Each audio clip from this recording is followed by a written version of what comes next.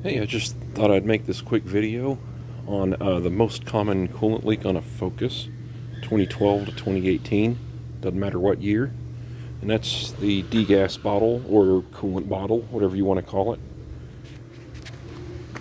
Seen it many times. They develop like heat cracks underneath it and they start dripping coolant on the engine mount, and that can definitely cause the engine to overheat.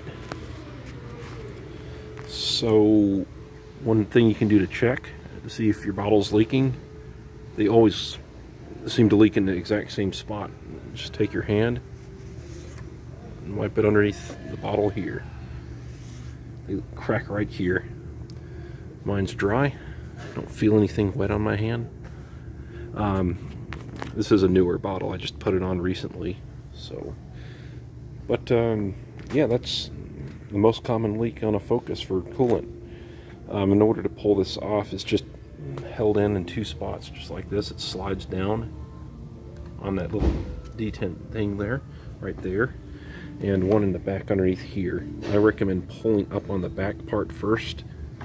So I've seen it bind up on this, because if you pull that one off first, it can bind up. But yeah, I would pop the back one off first, really easy. You just well, with two hands, you just pop it up and pop this side up and squeeze this clamp, pull it down.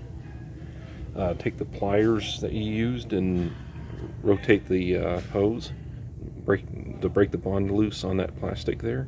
Slide that off.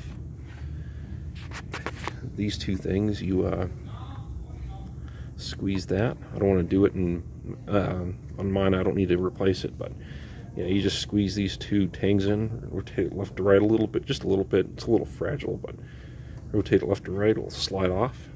Same with this one, and you have to swap these to the new bottle that you get, as well as the cap, most likely. Then once it's installed, just top off the coolant. You should not need to bleed it, because that's the top of the cooling system there. All the air goes to there anyway, and you'll be on the road. Hope this helps. I guess I'll discuss other leaks I've seen.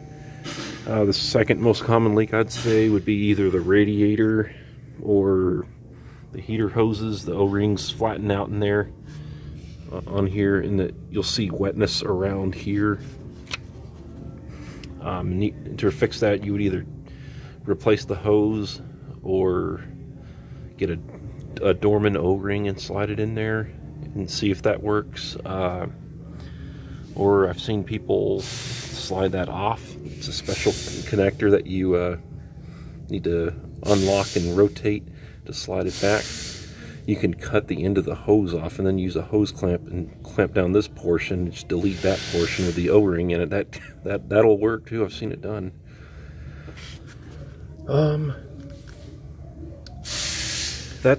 I mean, one time I saw the gasket leak on this coolant outlet here one time, and that caused the clutch to shudder because it leaked down in the transmission bell housing. But yeah, that's the main cause. Good luck to you. Thank you.